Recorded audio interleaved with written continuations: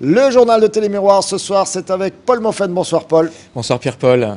Avec au sommaire la rentrée du niveau olympique, la rentrée des crocos. Objectif Ligue 1, vous allez nous expliquer tout ça. Et puis le plan de déplacement d'entreprise mis en place avec Nîmes Métropole. Et vous commencez par les informations sociales et cette crise à la papeterie Étienne.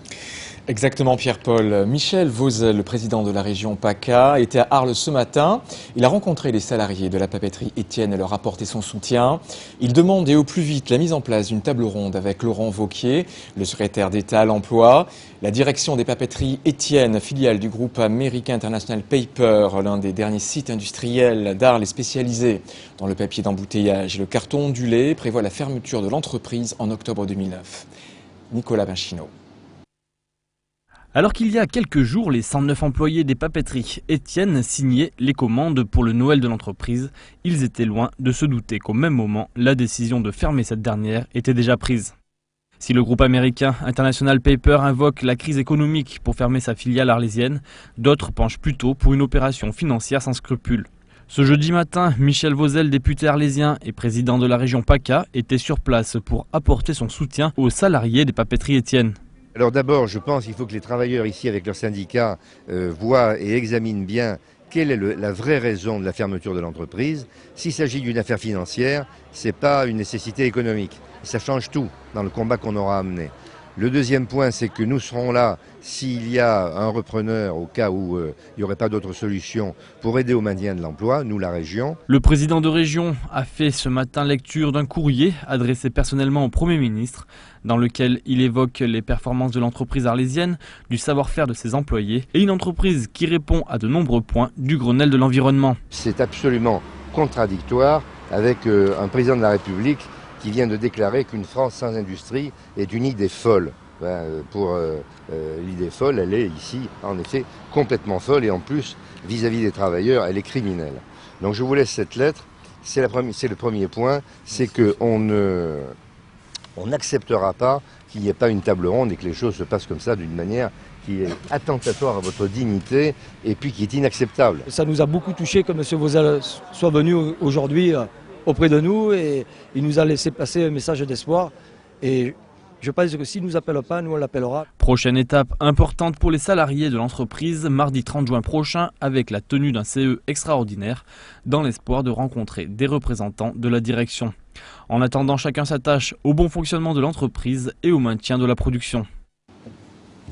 Et toujours dans le volet social à Saint-Hilaire-de-Bretmas, près d'Alès, le personnel de la maison de retraite des Jardins est en grève. Les salariés protestent contre des dysfonctionnements de l'établissement.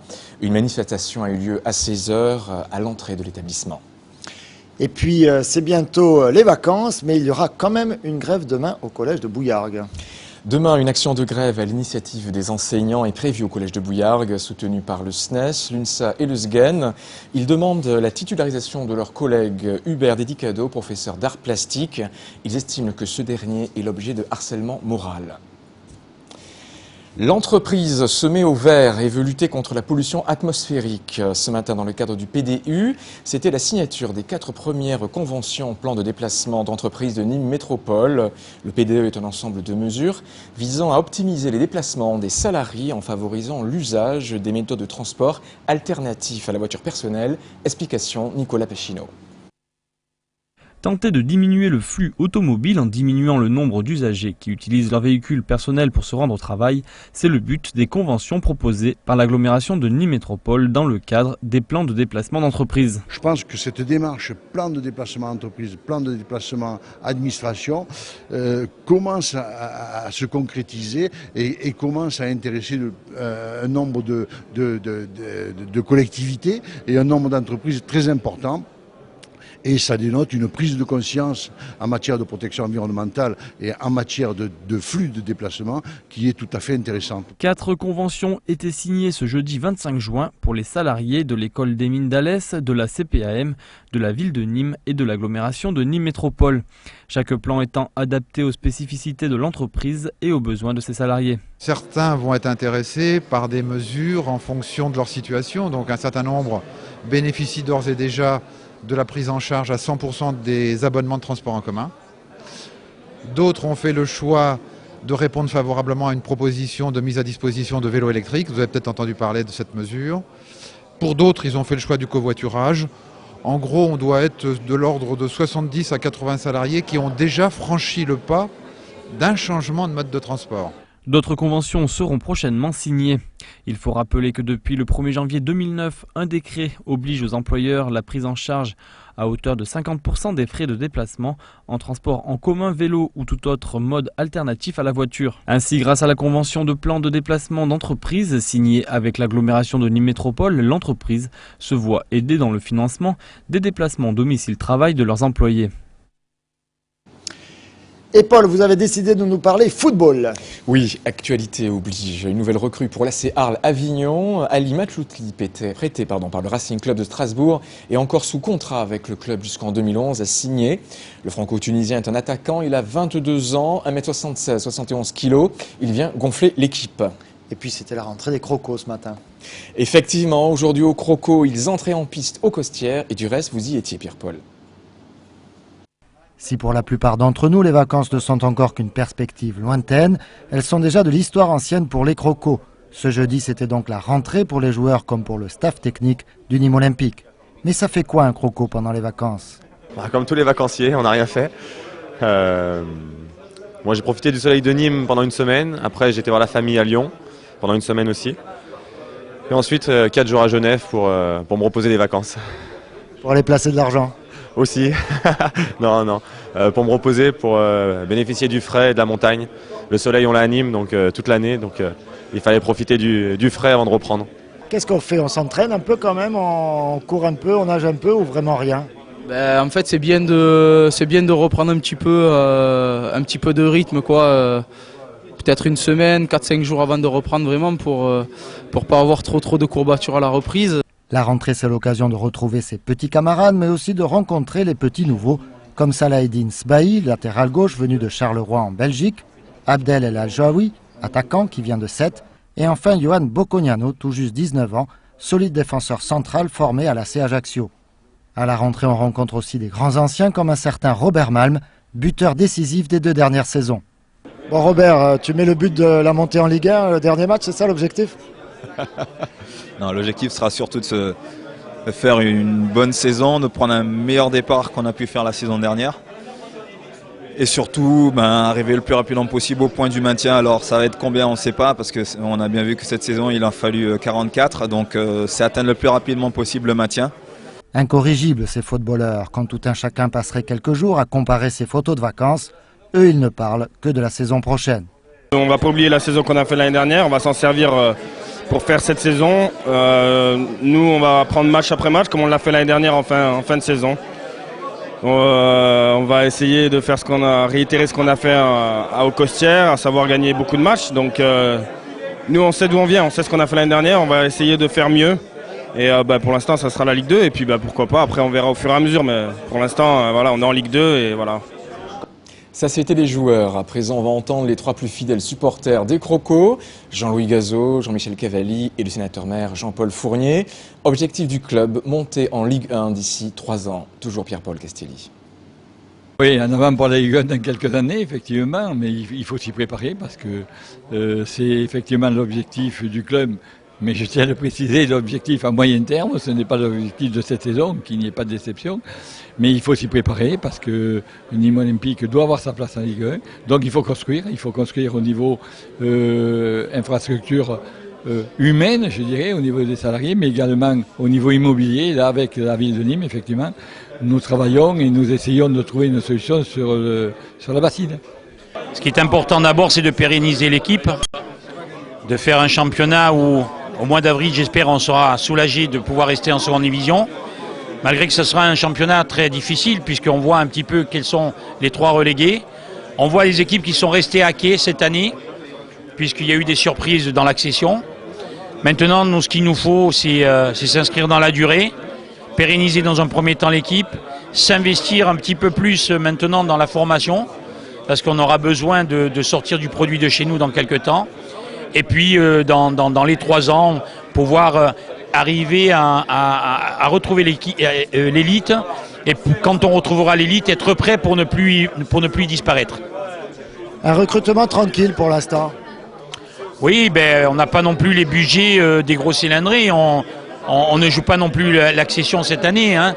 Donc on fait un recrutement déjà avec nos moyens, puisqu'il fallait déjà conserver nos joueurs. Nous avions quand même 3-4 joueurs qui étaient contactés par des clubs. C'était pas évident de pouvoir les garder. Donc on a réussi déjà dans un premier temps un très grand recrutement en conservant les nôtres. Parfois on va chercher l'arbre du voisin en pensant que c'est toujours la meilleure.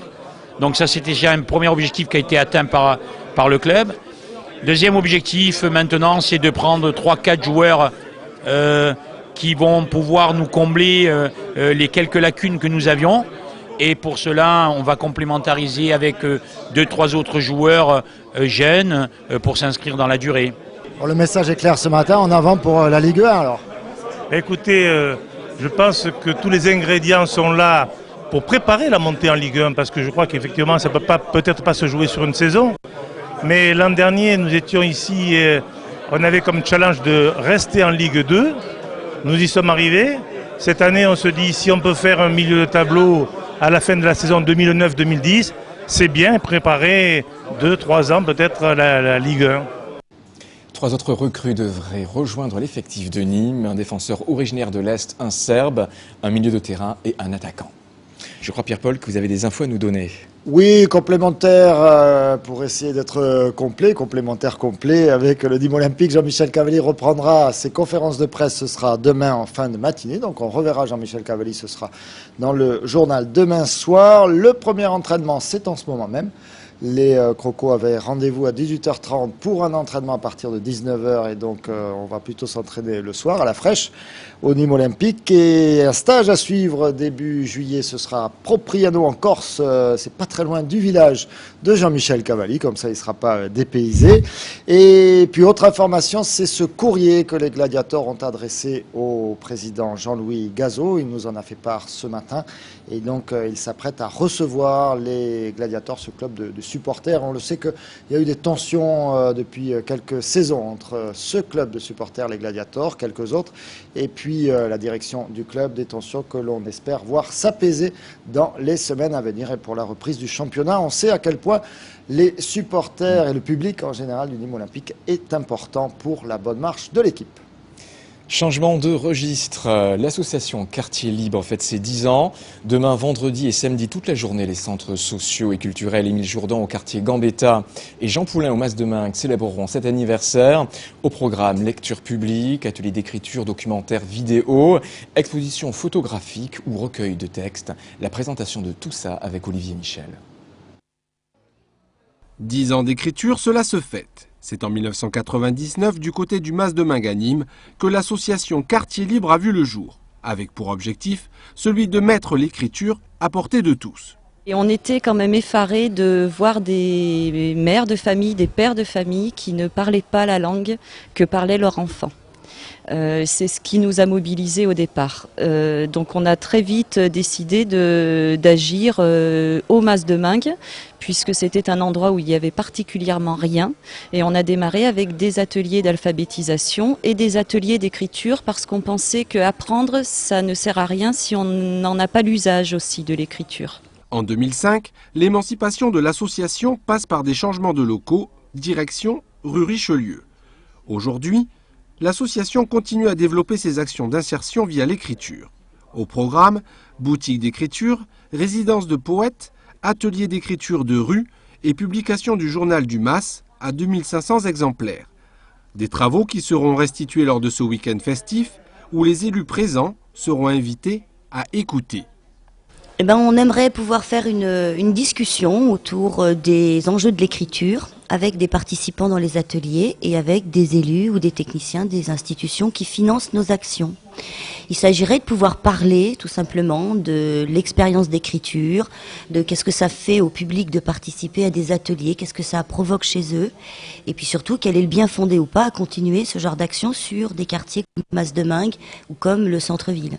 On voudrait que la discussion s'instaure et s'installe entre les différentes personnes qui vont constituer cette table ronde. C'est pas un peu utopique tout ça? Bien sûr que c'est utopique, mais si c'était pas utopique, ça serait pas Quartier Libre. Voilà résumé la philosophie de Quartier Libre qui a su créer les portes à enfoncer. Aujourd'hui, elle emploie 6 salariés, fait travailler 12 bénévoles et plus encore, dynamise via l'écriture le tissu associatif local en œuvrant avec d'autres associations et des groupes scolaires. Des travaux à découvrir tout ce week-end. Vous l'avez donc entendu, samedi 27 juin de 10h à 20h au quartier Mas-Domingue. Ça commence quand même demain de 18h à 20h. Entrée libre et gratuite, il faut encore le rappeler. Le repas coûte 5 € et c'est sur réservation. Deux téléphones, le 04, le 66 27 62 13 ou le 04 66 21 09 78. En bref, dans l'actualité, l'Université de Nîmes compte désormais 3 nouvelles licences pro pour la prochaine rentrée. Et ce qu'a annoncé Jacques Marignan, le président de l'Université nîmoise. La première s'intitule Métier de l'artisanat, la deuxième Médiation du patrimoine historique et archéologique et la troisième concerne les métiers de la robotique industrielle. Par ailleurs, 3 diplômes d'université verront le jour en septembre 2009. La SNCF vient d'annoncer une augmentation de ses tarifs. Cela concerne les TER et les corails. Une hausse de 3,4% applicable dès le 1er juillet. Une augmentation pour satisfaire la demande de la clientèle, a-t-elle précisé. Et puis, vous voulez que l'on retourne à Bouillargues où le week-end dernier s'est déroulé un petit concert sympa avec une inauguration de bien belles arènes. Oui, effectivement, et la meilleure façon pour eux de fêter cela, c'est effectivement d'introduire de la musique dans les arènes, une toute première. Nicolas Vinchino. De nouvelles arènes ont été inaugurées à Bouillargues. Bien que la tradition exige que celle-ci soit taurine, la mairie de Bouillargues a souhaité y accueillir un concert organisé par le Mobile Home Théâtre. Nous sommes inscrits sur un quartier, qui est le quartier Richelieu à Nîmes. Et c'est dans ce cadre-là d'ailleurs que nous amenons le concert. C'est-à-dire qu'on trouvait sympa aussi de déghettoiser un petit peu les actions que nous avions sur le quartier et de proposer une commune, quelque chose sur lesquels nous pourrions nous transporter, puisque nous sommes des hommes mobiles par définition, puisque c'est comme ça s'orthographie notre nom. Et c'est à cette occasion on a affrété des navettes gratuites pour emmener ce public du quartier Richelieu et Gambetta jusqu'à nous. Et ça a été fait grâce au centre social Émile Jourdan et bien sûr à nos partenaires institutionnels comme le Conseil général et le Conseil régional entre autres, et la ville de Nîmes bien sûr. Un spectacle intergénérationnel. Au programme, le groupe Les Mélinots, appelé autrefois les Négresses Vertes, mais aussi le groupe de Montpellier, Le Chauffeur est dans le pré, aux origines musicales balkaniques et espagnoles. Convenant ainsi tout à fait à l'ambiance recherchée pour le spectacle. Nous n'avons pas tous les mêmes passions. Par contre, nous avons tous les mêmes impôts locaux, donc j'ai pensé qu'il y a également beaucoup de gens qui s'intéressent à autre chose et il leur fallait aussi trouver des centres d'intérêt dans ces arènes. Et donc, voilà, c'est la raison pour laquelle nous sommes ce soir avec de la musique. Disons-le, même sans 7 €, ces nouvelles arènes ont ravi le public.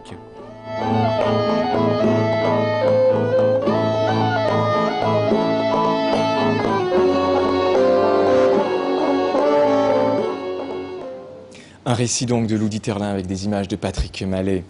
C'était le porte-drapeau de l'Occitanie littéraire et politique. Robert Laffont s'est éteint hier à Florence en Italie à l'âge de 86 ans. L'universitaire et écrivain était le théoricien du mouvement Viur al País. En 1974, il avait tenté de se présenter à la présidence de la République. Il laisse derrière lui une œuvre impressionnante et très importante. Sur Télémiroir, ce soir à 21h, retrouvez votre émission Noir et Blanc autour de Patrick Mallet. Vous retrouverez Anthony M, Raseteur et puis également Yvan Villard de Montfrein pour le Club Thorin de Montfrein. Avec Montfrein, ça se prépare chaud toujours à Montfrein. Les fêtes, Claude Brio de la Manade Brio et également Jackie Siméon, le raseteur et compère de Patrick Mallet. Merci encore de nous avoir suivis, de nous avoir regardés. Merci Paul pour ce journal. Merci beaucoup de votre fidélité. À très bientôt sur Télémiroir.